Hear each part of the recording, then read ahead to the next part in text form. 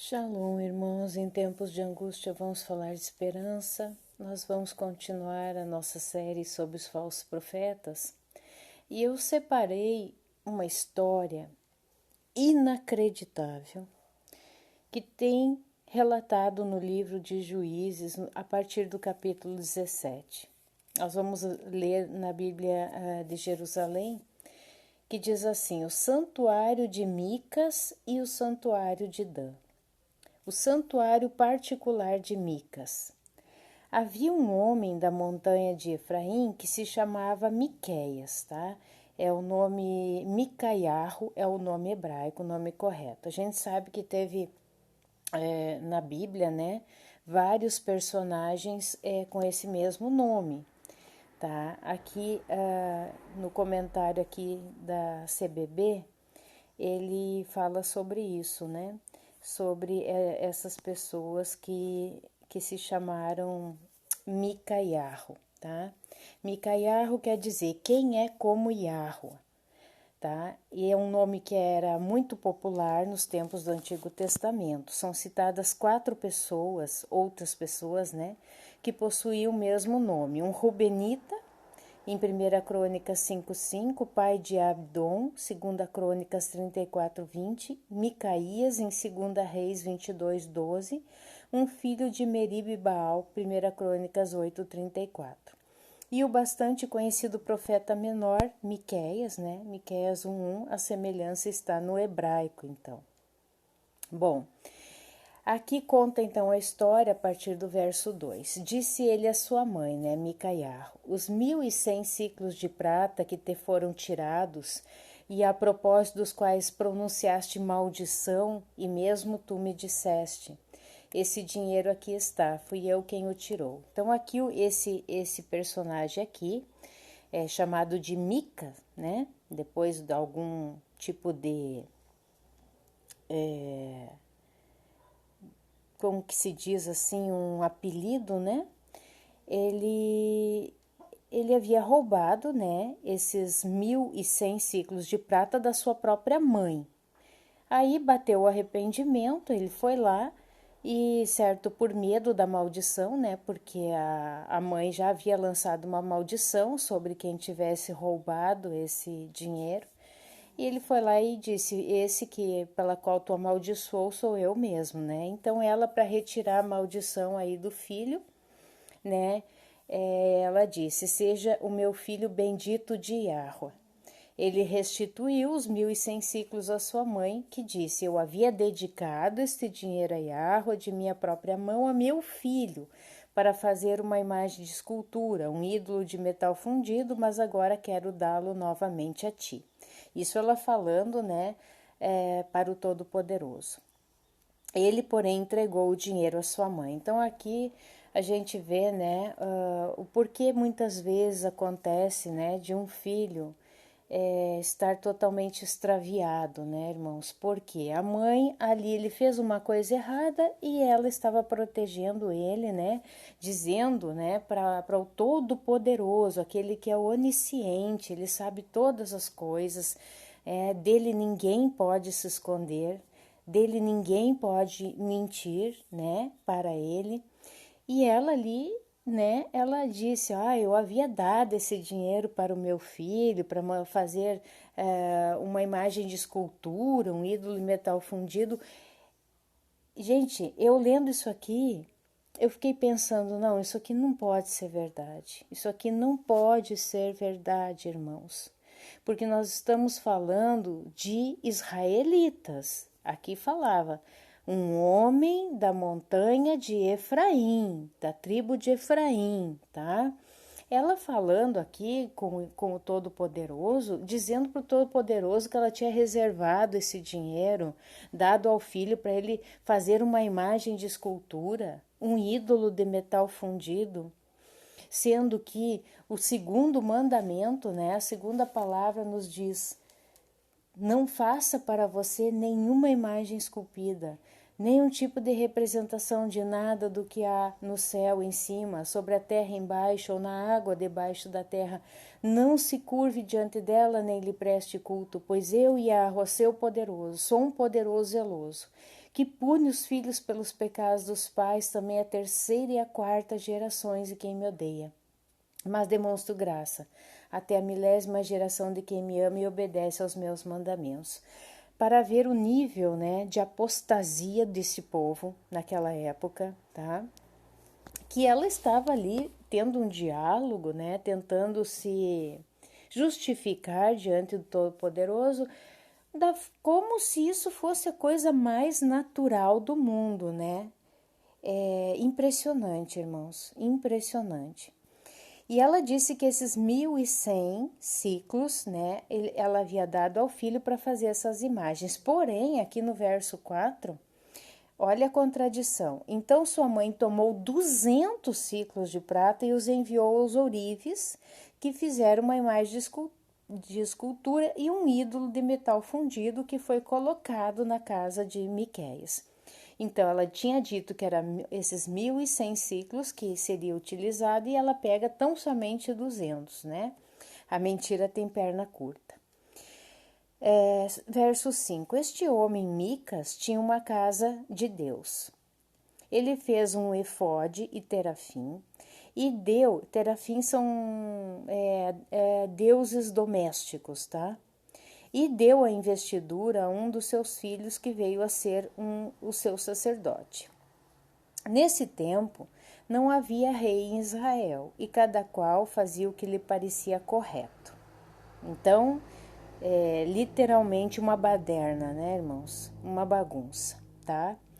Havia um jovem de Belém, Judá, do clã de Judá, que era levita e residia ali como estrangeiro. Esse homem deixou a cidade de Belém, em Judá, para ir estabelecer-se onde pudesse. No curso da sua viagem, chegou à montanha de Efraim, à casa de Micas. Micas lhe perguntou: "De onde vens?" Ele disse, né, "Eu sou um levita de Belém de Judá." A gente sabe, né, os levitas, eles foram ali separados para o serviço, né, do sacerdócio. Para ensinar a Torá, para cuidar de todas as questões com relação ao tabernáculo, os sacrifícios, tá? Então, aqui, essa pessoa que era um levita de Belém de Judá. Eu sou levita, então, de Belém de Judá, respondeu-lhe. Ando em viagem a fim de me estabelecer onde puder. Fica comigo, disse-lhe Mica, sê para mim pai e sacerdote, e te darei 10 ciclos de prata por ano, roupa e alimento. O levita concordou em ficar com esse homem, e o jovem foi para ele como um dos seus filhos. Micas deu a investidura ao levita, e o jovem se tornou seu sacerdote e ficou morando na casa de Micas. Há um sacerdote particular, né, para o tal de Micas. E agora, disse Micas, eu sei que Yahweh me fará bem, porque tenho este levita como sacerdote. Capítulo 18. Os danitas à procura de território. Nesse tempo, não havia rei em Israel. Ora, a tribo de Dan procurava então um território onde habitar, porquanto até aquele dia ainda não lhe tinha sido designado território entre as tribos de Israel. Os filhos de Dan enviaram 5 homens de seu clã, valentes de Saraá e de Estaol, para conhecer a terra e explorá-la. Eles lhes disseram: "Ide explorar a terra." Os 5 homens chegaram à montanha de Efraim, até onde estava a casa de Micas, e ali passaram a noite. Como estivessem junto à casa de Micas, reconheceram a voz do jovem levita e, aproximando-se, lhe disseram: "Quem te trouxe para cá? Que fazes aqui? E o que é que tens aqui?" Respondeu-lhes: "Micas fez por mim tal e tal coisa. Ele me empregou aqui e eu lhe sirvo de sacerdote." Então lhe disseram: "Nesse caso, consulta ao poderoso, né, ao Todo-Poderoso, para sabermos se o caminho que levamos nos conduzirá a bons resultados." Ide em paz, respondeu-lhes o sacerdote, o vosso caminho está sob os cuidados de Yahweh. Os 5 homens partiram então e chegaram a Laís. Viram que seus habitantes viviam em segurança, à maneira dos sidônios, tranquilos e confiantes, que não havia ali privações nem restrições de qualquer natureza e também que estavam afastados dos sidônios e sem relação com os arameus. Bom, só para a gente pegar aqui o contexto da história, irmãos. Este levita, né, entrou ali nessa casa, foi feito ali tipo um santuário ali, né, de Micas. Ali estavam o quê? Todas aquelas imagens de escultura, os terafins, tudo estava ali naquele lugar. E mesmo assim, este levita aceitou ficar nesta casa e exercer um sacerdócio, entre aspas, ali, neste lugar, irmãos, tá? Um sacerdote. Presta atenção, irmãos. O quão complicado é isso, tá? Quão complicado é isso? Se um sacerdote age desta maneira, irmãos, um sacerdote, aquele, né, que ele deveria, né, estar em total obediência à palavra do Todo-Poderoso, na qual não resta dúvidas de que a idolatria é pecado, é um grave pecado, é uma afronta contra o Todo-Poderoso, certo? E ele estava ali, neste santuário de idolatria, tá?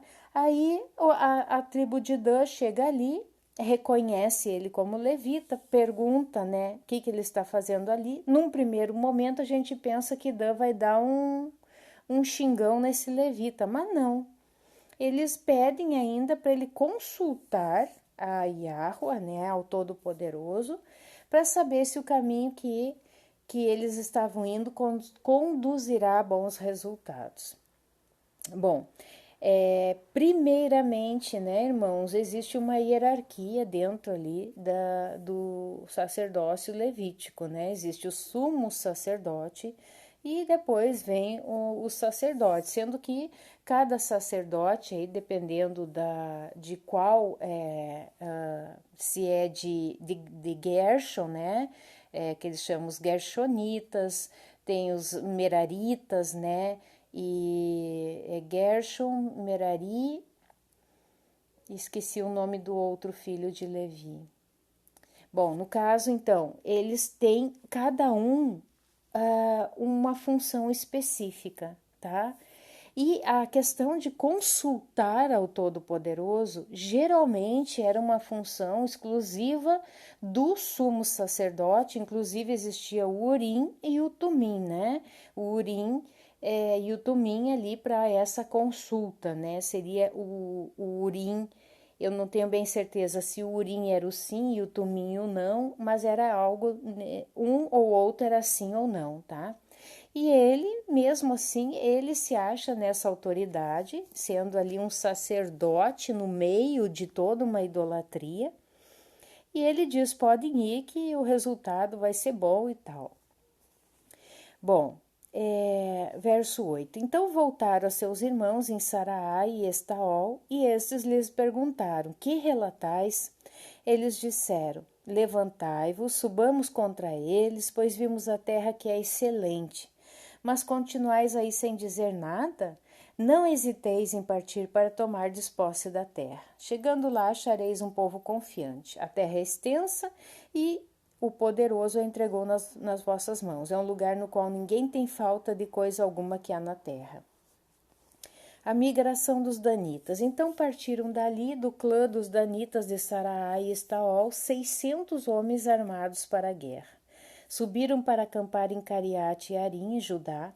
É por isso que ainda hoje se chama essa região de acampamento de Dan.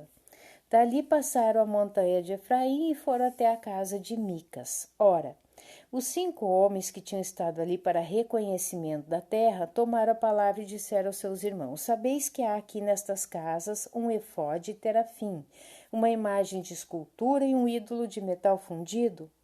Então pensai no que deveis fazer. Deixa eu ver aqui o que diz aqui. Não. Dando uma volta por ali, chegaram à casa do jovem levita, a casa de Micas, e o saudaram. Enquanto os 600 homens dos danitas armados para a guerra permaneciam à soleira da porta. Os 5 homens que tinham estado antes ali para reconhecimento da terra vieram, entraram na casa, apanharam a imagem de escultura, o efode, os terafim e o ídolo de metal fundido, estando o sacerdote em pé à entrada da porta com 600 homens armados para a guerra. Eles, pois, tendo entrado na casa de Micas, apanharam a imagem de escultura, o efode, os terafim e o ídolo de metal fundido. Mas o sacerdote lhes disse: Que estais fazendo? Cala-te, responderam-lhe. Põe a mão na tua boca e segue-nos. Serás para nós um pai e sacerdote. Vale mais para ti seres sacerdote da casa de um homem do que sacerdote de uma tribo e de um clã de Israel? Então o sacerdote se encheu de alegria. Que sacerdote é esse, irmãos? Eu pergunto para vocês, tá? Um vendido, né? Porque ali ele estava aonde o melhor vento o conduzia, né? Então aqui os danitas ofereceram para ele, né? Com certeza mais benefícios, né? Ele se encheu de alegria. Ele tomou o efode, os terafim, bem como a imagem de escultura, e se encaminhou para o meio do povo. Retomando então o seu caminho, partiram, tendo colocado à frente as mulheres, as crianças, os animais e a bagagem. Estavam já longe da casa de Micas, quando os que moravam nas proximidades da casa de Micas deram um alarme e se puseram em perseguição aos danitas. Como eles gritassem atrás dos danitas, estes voltaram-se e disseram a Micas: Que tens tu que gritas deste modo? Ele respondeu: Tirastes o meu Deus que eu fabricara. Gente, que nível de, desculpa a palavra, que nível de burrice, irmãos. Como é que pode algo fabricado pela mão humana ter poder, ser chamado de um Deus, irmãos? Minimamente você ter um raciocínio, né? Um neurônio funcionando, já você entende que isso não funciona, não é uma coisa a ser levada a sério, né? E levastes também o sacerdote, partis, e que é que me resta? E ainda me perguntais: Que tens tu? Disseram-lhe os danitas: Não nos obrigues mais a ouvir a tua voz. Alguns de ânimo exasperado poderão cair sobre vós. Arriscas perder a tua vida e a tua casa. Os danitas seguiram o seu caminho, e Micas, vendo que eles eram mais fortes, recuou e voltou para a sua casa. Conquista de Laís, fundação de Dan e de seu santuário. Assim, depois de terem tomado o Deus, né, que Deus ali eles botam em letra minúscula, que Micas fabricara e o sacerdote que tinha consigo, os danitas avançaram contra Laís, contra um povo tranquilo e confiante. Passaram todos ao fio da espada e deixaram a cidade em chamas. Não houve ninguém que a socorresse, porque ela estava longe de Sidônia e não mantinha relações com os arameus. Ela se situava no vale que se estende em direção a Bet-Hob. Reconstruíram a cidade e nela se estabeleceram. Veja bem, esse falso sacerdote, apesar de ser levita, irmãos, era um falso sacerdote, tá? É um homem que não obedecia aos mandamentos do Todo-Poderoso. Ele deu uma falsa profecia, né, para os danitas, tá, dizendo que eles seriam bem-sucedidos. Eles foram lá e mataram um povo inocente que estava em Shalom lá, na terra deles, sem incomodar ninguém, tá? A tribo de Dan, né, nós sabemos que é uma tribo muito problemática. No livro de Apocalipse, ela foi, né, retirada dentre as tribos e foi colocada ali a tribo de Levi no seu lugar, tá? Então, muito complicado isso, irmãos. Vamos continuar aqui. E lhe chamaram Dan, do nome de Dan, seu pai, que nascera de Israel. No princípio, entretanto, a cidade se chamava Laís. Os danitas levantaram para si aquela imagem de escultura, Jonatas, filho de Gershon, deve ser, né, porque é filho de Moshe, e depois os seus filhos foram sacerdotes da tribo de Dan até o dia em que a população da terra foi levada para o exílio. Interessante isso, né? Jonatas, filho de Gershon, né? Filho de Moisés, e depois os seus filhos foram sacerdotes da tribo de Dan, até o dia em que a população da terra foi levada para o exílio. Eles instalaram para seu uso a imagem que Micas havia esculpido, e ela permaneceu lá todo o tempo em que subsistiu a casa de Deus em Siló. Então, irmãos, estamos nessa série dos falsos profetas. É muito claro, né? É como eu tenho dito aqui, é muito claro você distinguir alguém que apesar de ser da tribo de Levi, tá? O fato de ser de uma tribo de Israel, tá? Não dá o caráter da pessoa, sabe? A tribo de Dan, uma tribo israelita, se perdeu, né?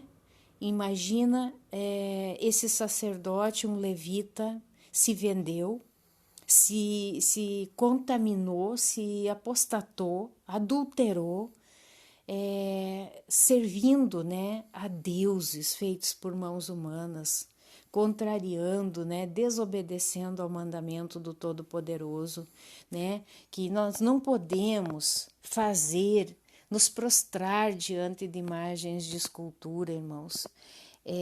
Se eu fosse fazer um levantamento aqui, de todas as vezes que a Sagrada Escritura menciona isso, nós ficaríamos aqui por muito tempo, tá?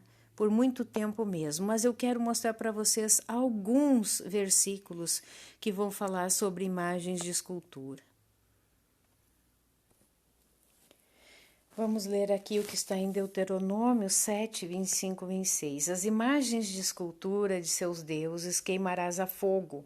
A prata e o ouro que estão sobre elas não cobiçarás, nem os tomarás para ti, para que te não enlaces neles, pois abominação são a Yahweh, o teu poderoso. Não meterás, pois, abominação em tua casa, para que não sejas anátema, que anátema é maldição.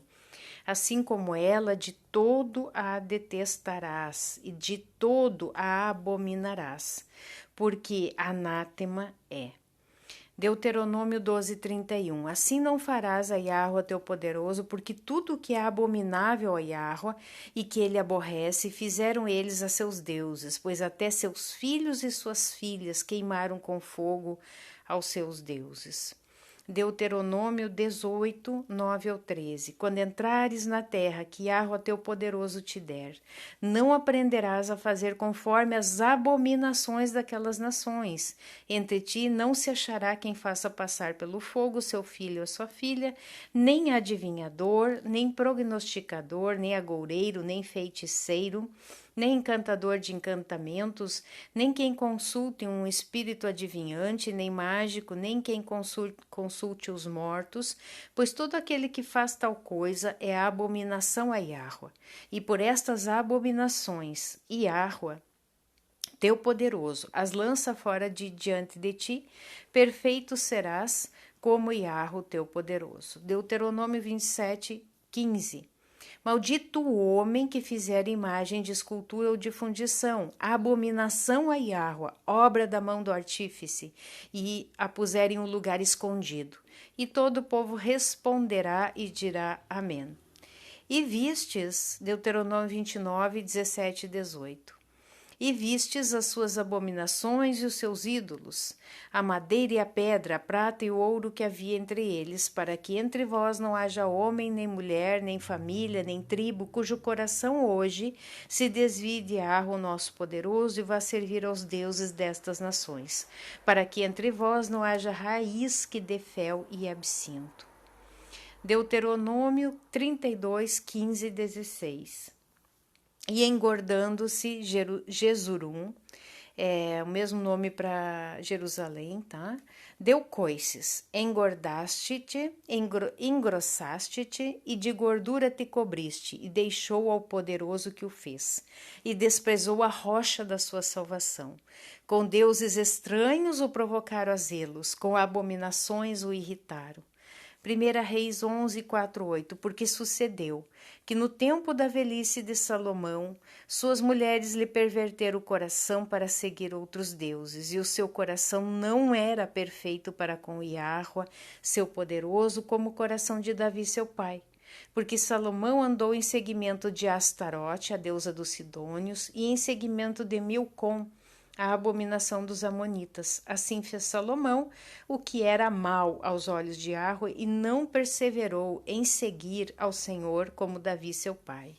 Então edificou Salomão um alto a Quemós, a abominação dos moabitas, sobre o monte que está diante de Jerusalém, e a Moloque, a abominação dos filhos de Amon. E assim fez para com todas as suas mulheres estrangeiras, as quais queimavam incenso e sacrificavam a seus deuses.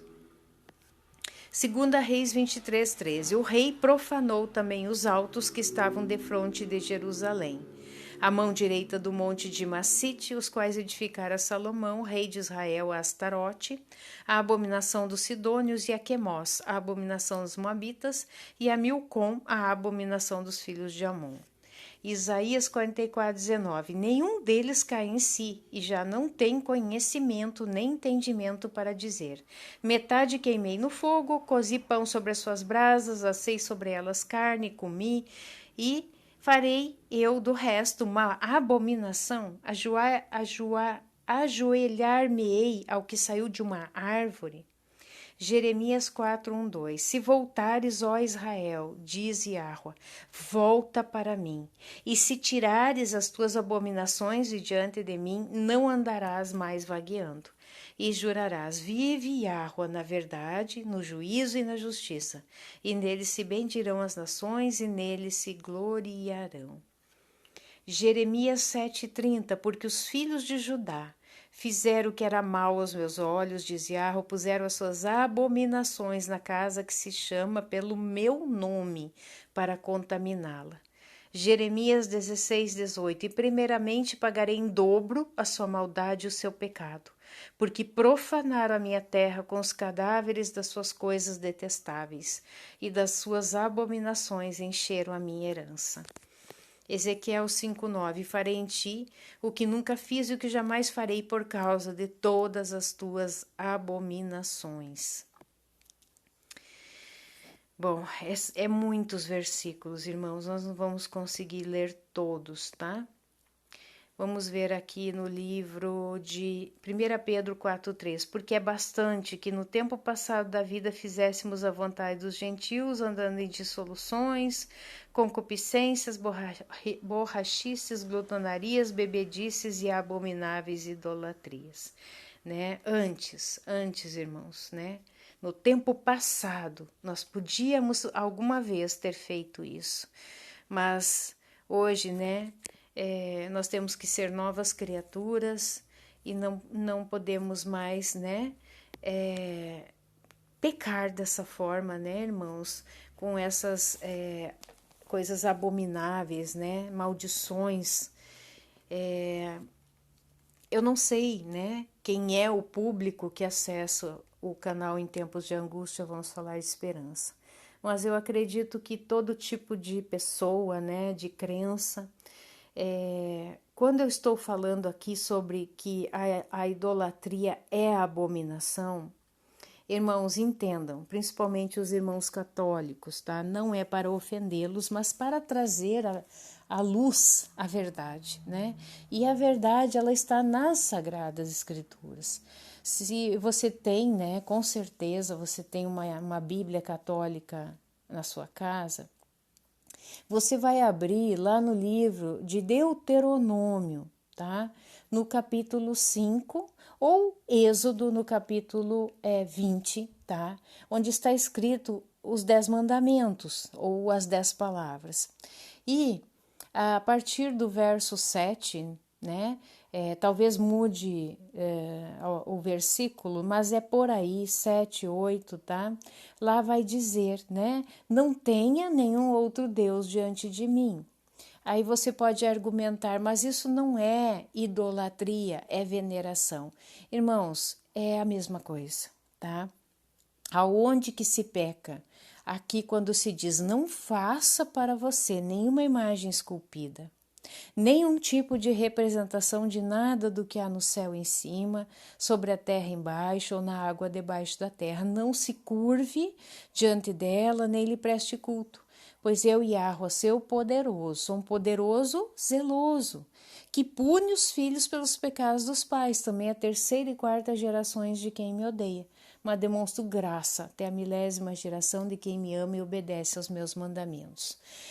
Eu, pessoalmente, irmãos, por temer ao Todo-Poderoso, quando eu descobri na minha vida essa palavra maravilhosa, eu não pensei 2 vezes, tá? Eu fui casada, hoje estou divorciada, não por minha vontade, né, mas por circunstâncias, né, que a palavra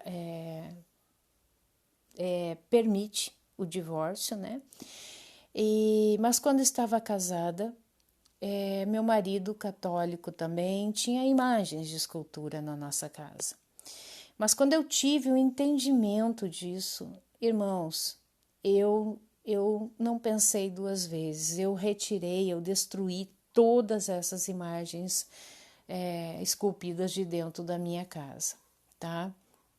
E porque isso, irmãos, traz anátema para nós, traz maldição para dentro da nossa casa, tá? Quando fazemos alguma coisa que vem em desobediência àquilo que está determinado, aquilo que foi ordenado, é uma ordem que vem diretamente do Pai, diretamente do Altíssimo, e Ele diz para nós não termos, obedeça.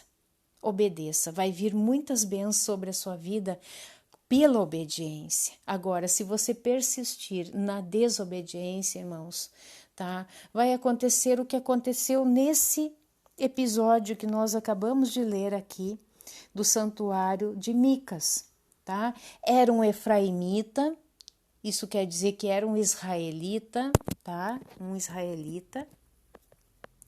E ele se contaminou, tá? A sua mãe, né? Primeiramente, não fala de um pai aqui, não se sabe se tinha ou não, mas a mãe, ela fortalecia isso, ela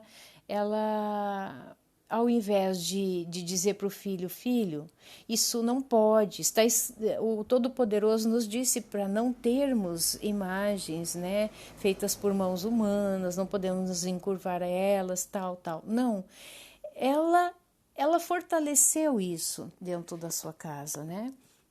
E então é um redemoinho, né? É uma bola de neve que só vai crescendo, irmãos. A idolatria, ela é assim, ela só vai crescendo até se tornar algo tão grandioso, um emaranhado que é difícil depois de sair do meio, né, irmãos? Então, essa é a palavra para esse momento, né?